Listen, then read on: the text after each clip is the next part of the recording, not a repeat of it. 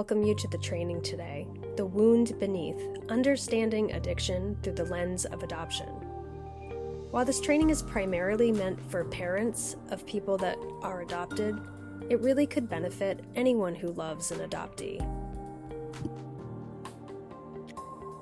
So I'll do a little introduction of myself. My name is Lisa Coppola. Some people call me LC. I'm a little here and a little there. I'm a licensed mental health counselor and a licensed clinical professional counselor in the states of Maine and Massachusetts. I'm the founder of Coppola Counseling and Consultation and creator of the Voices Unheard storytelling program for adult adoptees. The first half of my career as a therapist, I worked in addiction and in dual diagnosis. I organized and facilitated several addiction recovery programs in Massachusetts and eventually ended up doing a lot of work with family members, working both individually with them and also running workshops in groups. So many of my clients in these programs were adoptees. It seemed very clear to me that there was a link between attachment disruption and addiction. I started working at Boston Post-Adoption Resources in 2017, and during my time there, I published the Voices Unheard journal, which you can see on the left of the screen. And I've been involved in working with adult adoptees, addiction, and family members ever since. I also do some writing and speaking on the topics of addiction, adoption, and the impact of family secrets. At various points throughout this training, I'll be sharing more of my own lived experience. I'm an adoptee through the Department of Children and Family Services. I'm in long-term recovery from substance use, and I'm also someone who's navigated the complex path of search and reunion with my biological family. I grew up alongside two adopted brothers, each from different birth families than myself, in a home that also served as an emergency foster placement for the state of New Hampshire. You might be tuning in today as a parent or a loved one who's worried, maybe even beyond worried. You might be feeling exhausted, frustrated, or angry about what's happening with your loved one. And you might not know how to help them, especially if you've come to recognize that supporting someone who's adopted can be different and is different from supporting someone who isn't. Or perhaps you're a therapist here to better understand how to support the families of adoptees.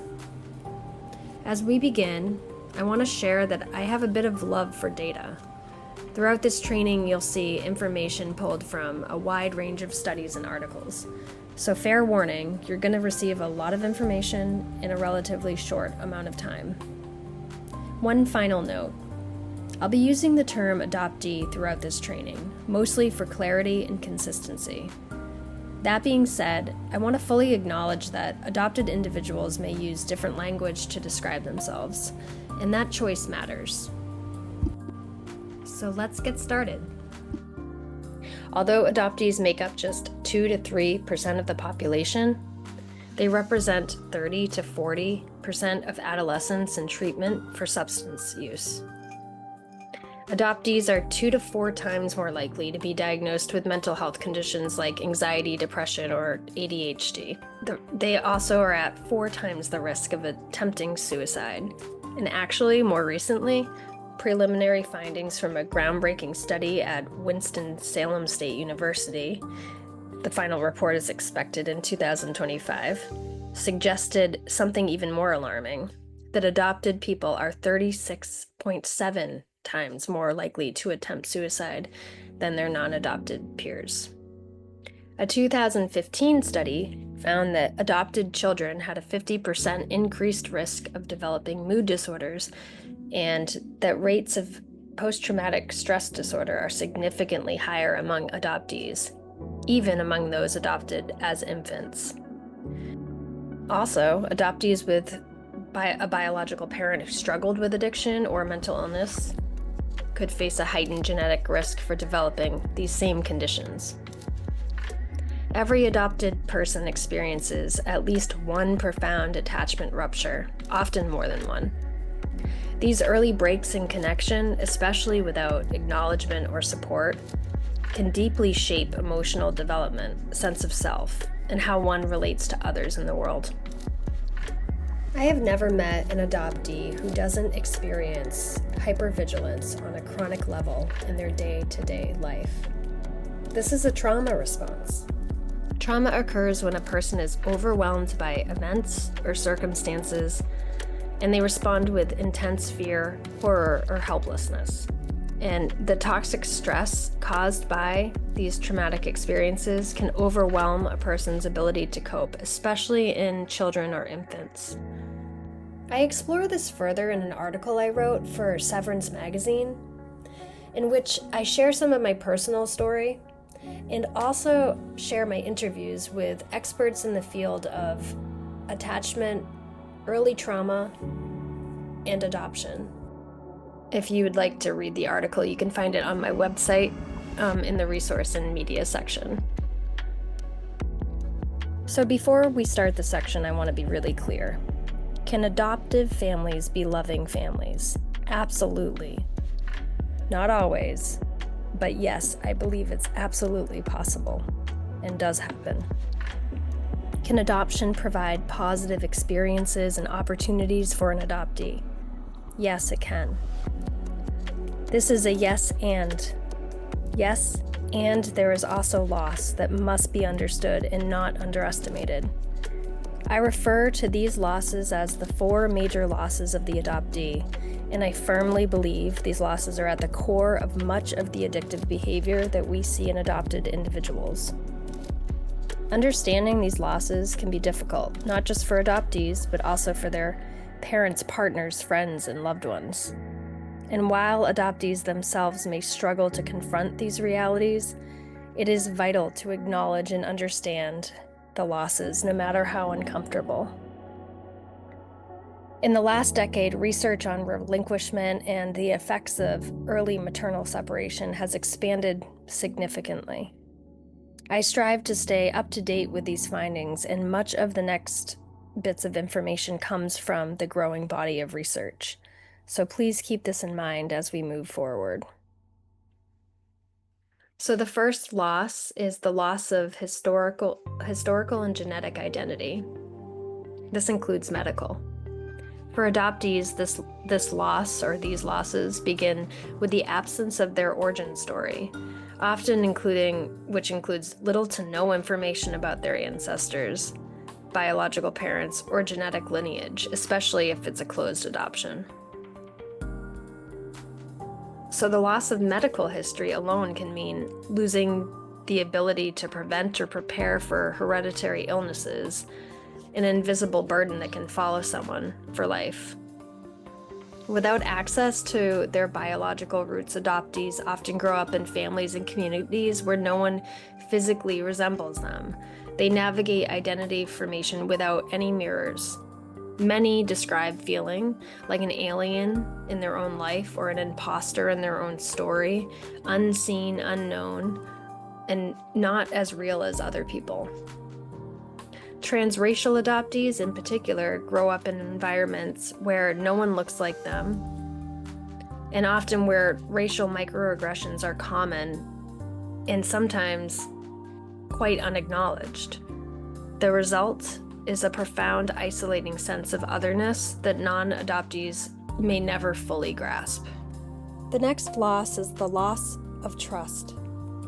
All adoptees, and I'll include those who have spent time in foster care, have experienced a major rupture in trust, often more than one.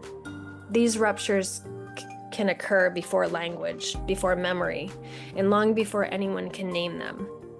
But they shape everything that comes after, how someone might attach, how someone might protect themselves, how someone experiences safety or doesn't experience it in the world.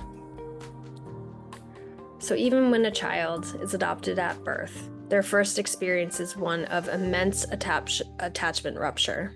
separation from the scent, voice, and rhythm of the person whose body held and sustained them.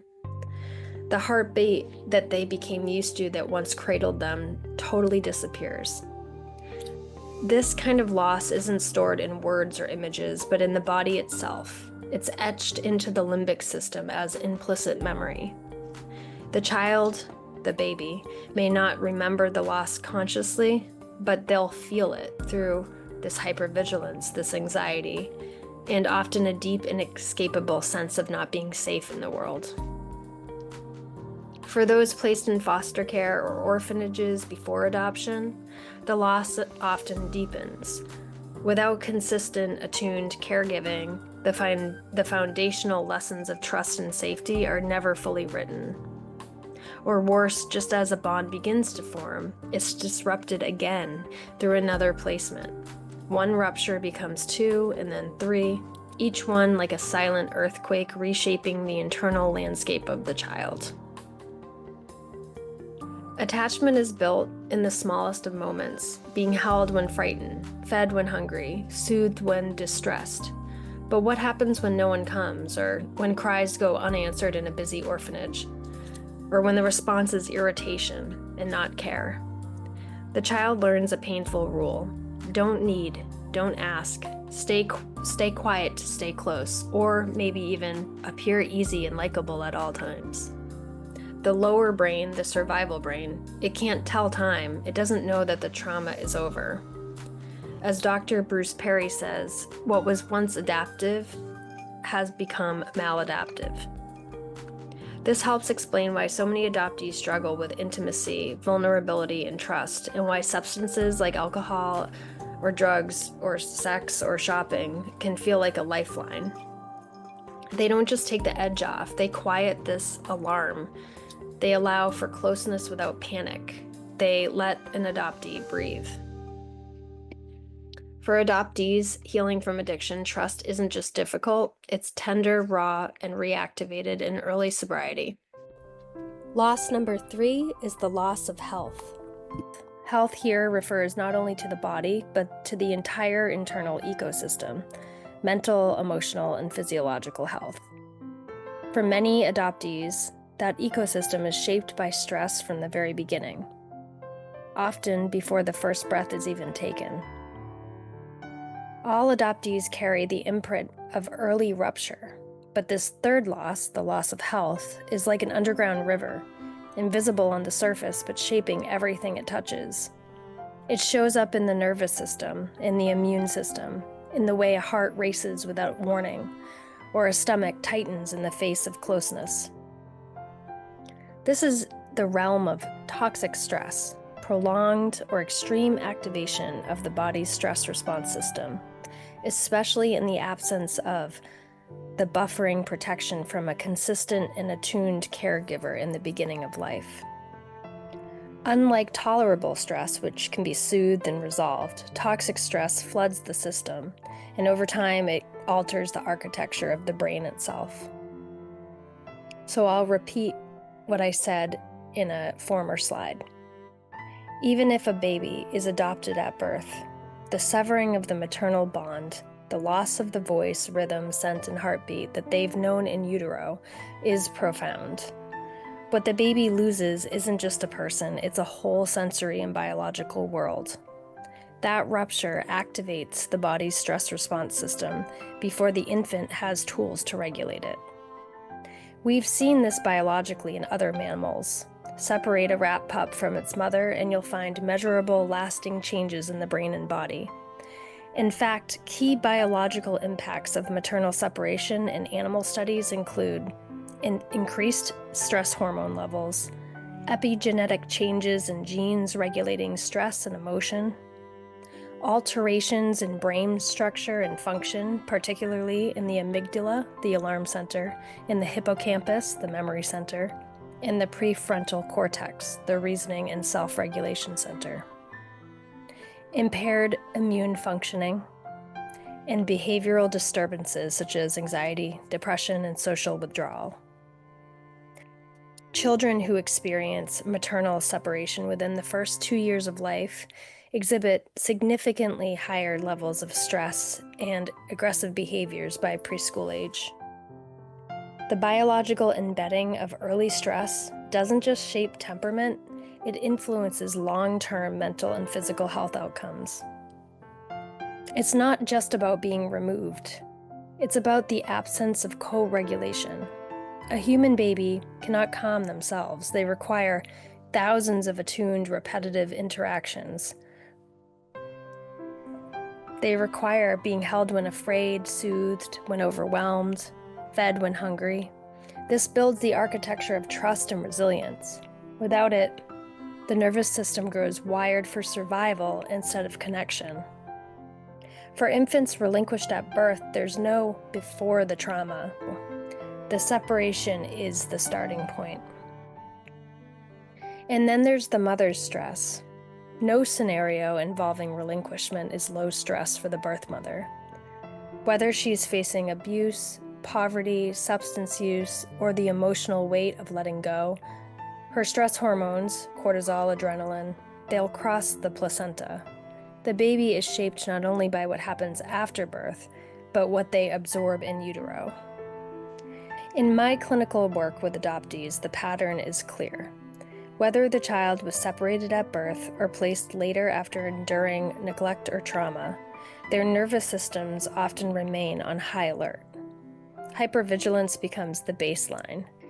And many adoptees have compounded stress. Prenatal substance exposure, maltreatment, chaotic placements, these pre-adoptive stressors further prime the body for dysregulation.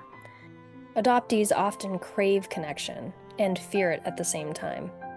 The longing for closeness is deep, but the fear that intimacy will lead to loss is also deep. When connection feels like a threat, adoptees may seek out ways to soothe or escape the anxiety it brings. Substances can offer a powerful illusion of safety, muting the inner voice that warns, "Don't trust, don't get too close." In recovery, the task becomes learning how to stay present through the fear, how to build genuine connection without numbing, running, or collapsing under the weight of vulnerability. This last loss is the loss of self-trust. This loss often stems from what we call disenfranchised grief, which is the kind of grief that isn't really validated or supported or even acknowledged by society. For adoptees, it's not just the absence of support, but it's also the presence of a dominant cultural narrative that distorts their experience. This positivity bias functions like a social or societal silencer. When grief is glossed over or denied, the adoptee's losses of identity, culture, language, and family are rendered invisible. It's not just invalidating, it's really disorienting. And it doesn't just happen a few times. Adoptees experience this kind of dismissal over and over and over again across their lifespan. This plays out in subtle and overt ways. Just last week, an adoptee client confided in her longtime primary care doctor about the recent overdose death of her birth mother. The doctor's response? "You were so lucky to be raised by your parents." This is what disenfranchised grief looks like in action. It erodes trust in one's inner world, in the validity of one's feelings, and ultimately in the self. Our culture really has never made space for adoptees to grieve. In this next video, you'll hear some lessons learned and some insights from adult adoptees, many of whom are in recovery, although not all. It's about 6 minutes long.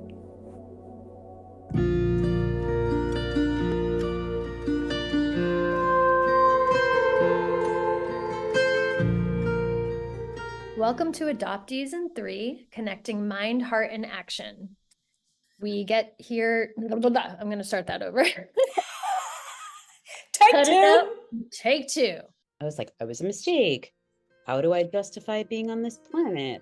And then being put in this family where I don't feel like anybody, like I was put in the wrong family. I was put in this family that has no, like, they don't connect to me. And I had a lot of shame for a long time.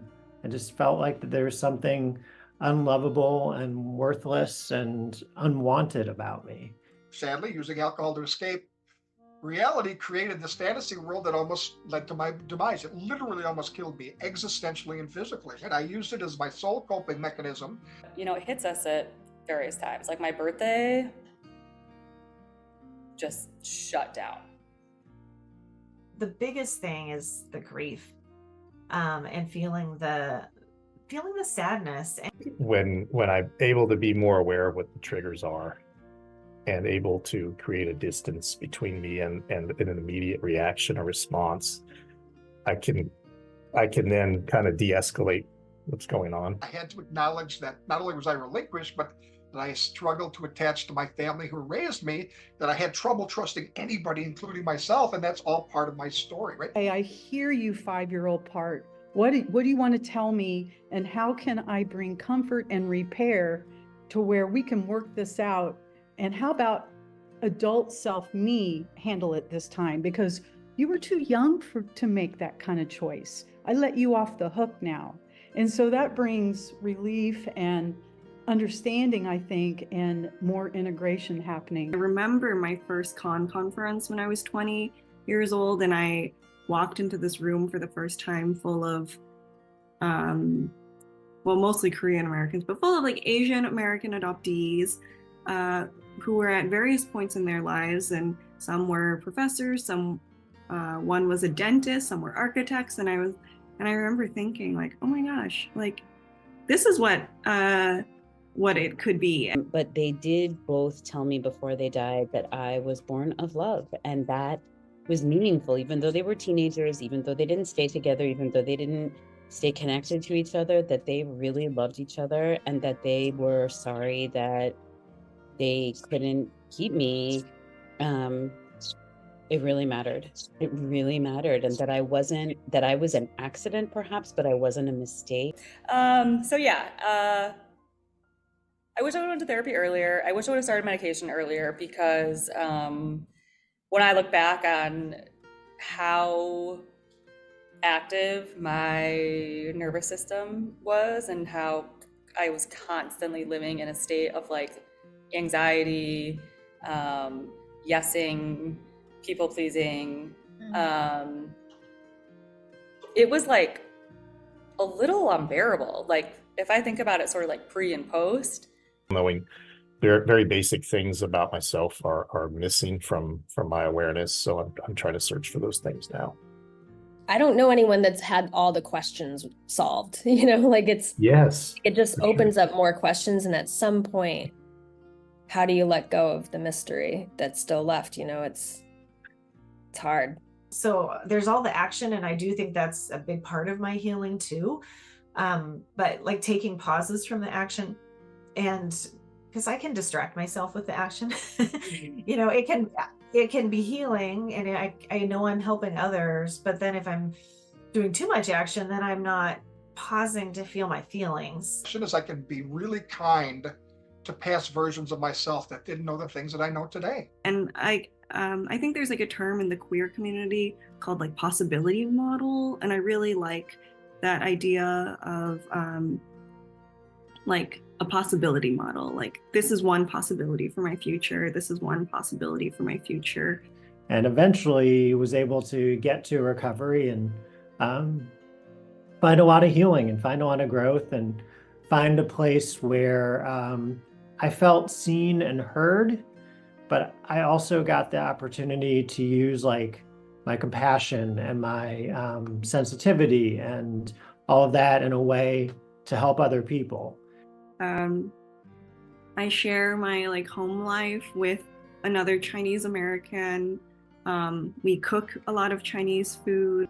I can throw in random Mandarin words and when I'm talking, and he understands, and it's like one of the first times that I feel like I'm not trying to be an educator to a partner of a culture that I already feel kind of incompetent in, and I think that also being with him and having this relationship with his family too, I think not only has brought Chineseness closer and like more like intimately into my life, but it also, I think, kind of like the adoptee world and these possibility models, I think it shows me or reaffirms that, yeah, there truly is no one way to be Chinese American. I am much more conscious and aware of letting myself feel whatever I'm feeling when I feel it. Please just be patient and hang in there, because I'm going to become my own loving inner parent. Well, we'll all get stork tattoos if we ever do Adopt, Deconnect. Exactly.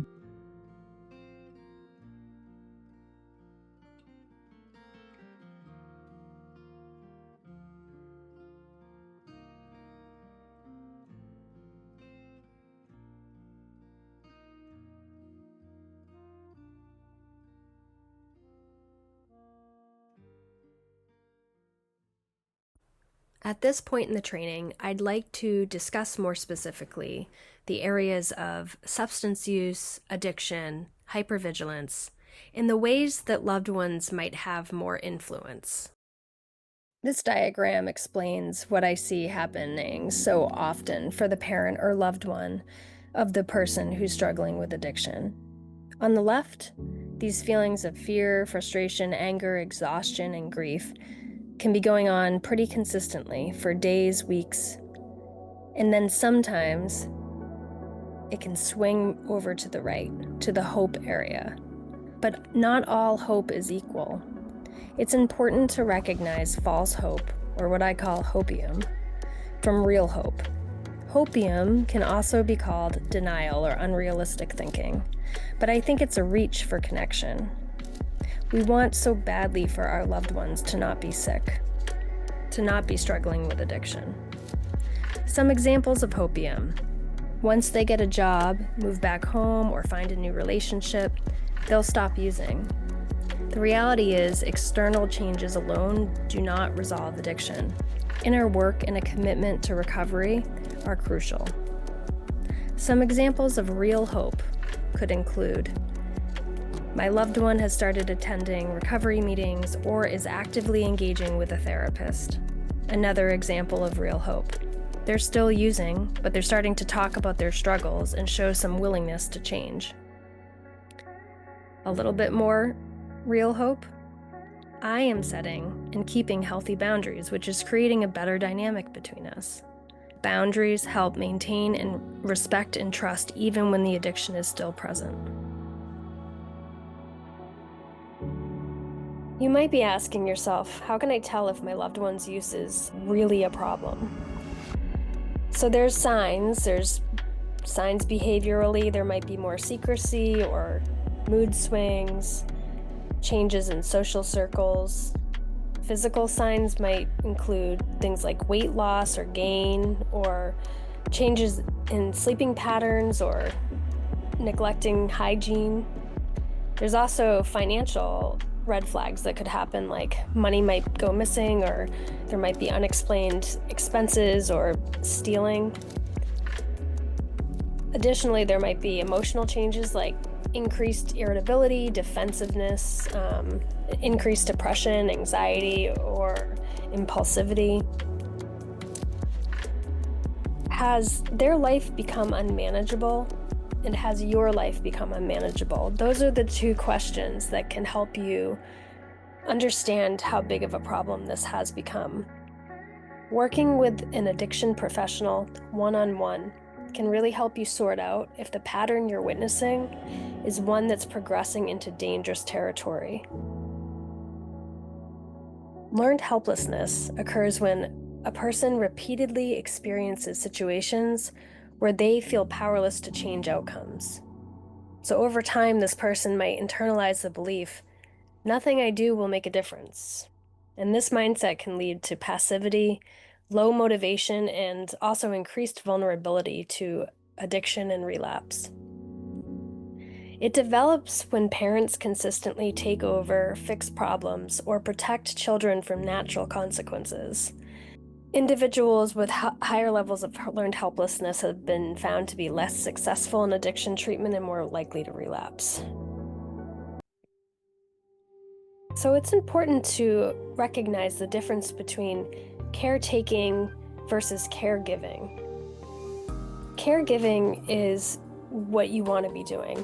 This looks like supporting treatment and recovery efforts, setting healthy boundaries and keeping those boundaries so important, providing stability and really direct communication, as well as compassionate communication, and preventing burnout in yourself. Caretaking is what I often see loved ones doing for the person that they love who is struggling with an addiction, and it's usually coming from a place of love, but it's actually protecting the growth of the addiction.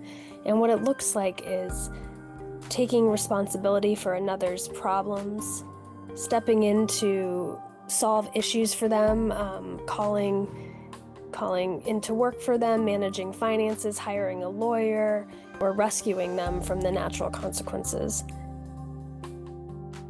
It also looks like neglecting personal needs. What happens with caretaking is that the person who's not the one struggling with the addiction becomes sick themselves because they're constantly monitoring the other person's mood and trying to predict needs. They end up feeling responsible for the other person's happiness and health, and it takes that responsibility away from the person. It really protects the growth of the addiction. The use of curious questions such as asking your loved one, "What are your options?"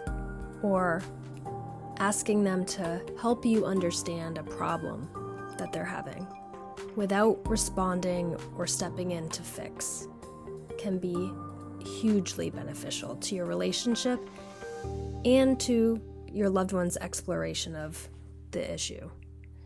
These questions are important because they really open up the conversation to give power and control to your loved one that you're asking the question to.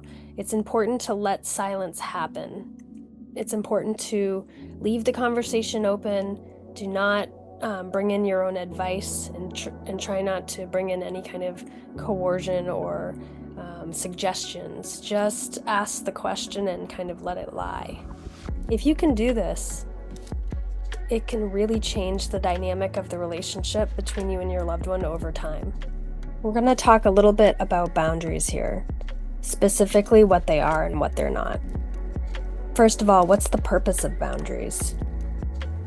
Well, boundary creation lessens enabling, and it supports accountability. Boundaries help loved ones avoid being consumed by fear and chaos. It's important to know that boundaries are not a hope or a wish. They're not, "You can't drink in my home." With addiction work specifically, boundaries are an action step that you will take in response to a behavior. So boundaries might look like anything from you leaving a room or calling the mobile crisis team, or not allowing a loved one to drive your car by you removing the keys and putting them somewhere else. You not bailing someone out of jail, or you not staying in a room where you're being yelled at, or you not answering a text if the person is being manipulative or emotionally or verbally abusive. It's you offering an Uber for that person to get treatment, having the person removed if they won't leave on their own or go to a treatment center. That is a boundary, and it's not one that you might choose or be able to keep. It's so important with boundaries that you keep the ones that you set. So it might just be right now you leaving a room. They'll be able to trust that you are gonna do what you say you're gonna do. There are so many different kinds of boundaries. So, talking with someone who does this work can be important because there might be things you haven't thought of.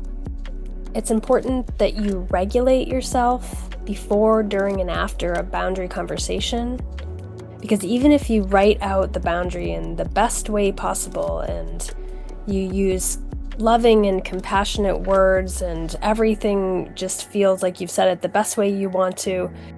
You're still going to be communicating a boundary to someone who's sick, to someone who's really has this part of them that's really struggling with addiction, and that part of them can be really manipulative and abusive. So even if you get flack from setting these boundaries and communicating them, it doesn't mean that you should not continue to move forward. Adoptive parents often struggle in particular with setting boundaries because they're terrified of triggering more abandonment and rejection in their child. So they really hesitate to hold firm boundaries. Their worry is understandable. If they say no, will my child feel rejected or abandoned all over again? Unclear boundaries creates an environment of distrust. Supporting an adult child in recovery requires holding boundaries and expressing compassion and the courage to do both of those things at once. Family involvement in treatment really does make a difference. Individuals with substance use disorder are much more likely to enter and remain in treatment when family members are involved in some way. But remember, not in an over-functioning way. When you overfunction, they function less. You should not be doing this alone. It is too hard. You might ask, why do I have to get extra help? They're the ones with the addiction. This really is a family disease because it impacts the whole family system. This means if you feel less stressed, less scared, less angry, and less alone, the whole system will have to adjust and change as well. So you have influence over the system by how you're taking care of yourself. The importance of support networks, I just can't say enough about it. This is hard stuff, and it's also mind acrobatics. It doesn't take much to go back on boundaries. It's hard to keep them. Support groups are really great for accountability. Support groups like Learn to Cope, Al-Anon, Nar-Anon, or Smart Recovery for Loved Ones can be a very useful tool. Once in recovery, that chronic hypervigilance, which can sometimes be referred to as addictive personality, will likely have to become focused on something else, as now it's not focused on soothing through drugs and alcohol. Sometimes this focus could be recovery meetings, or mindfulness practice, or prayer, or yoga, or work.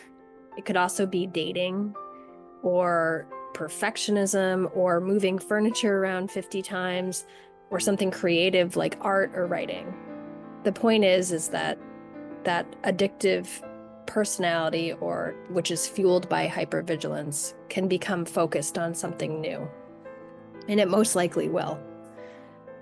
Parents of teens have asked me, well, can I just get my kid into something before, like sport or art classes, and this can prevent some kind of addiction to drugs or alcohol later on?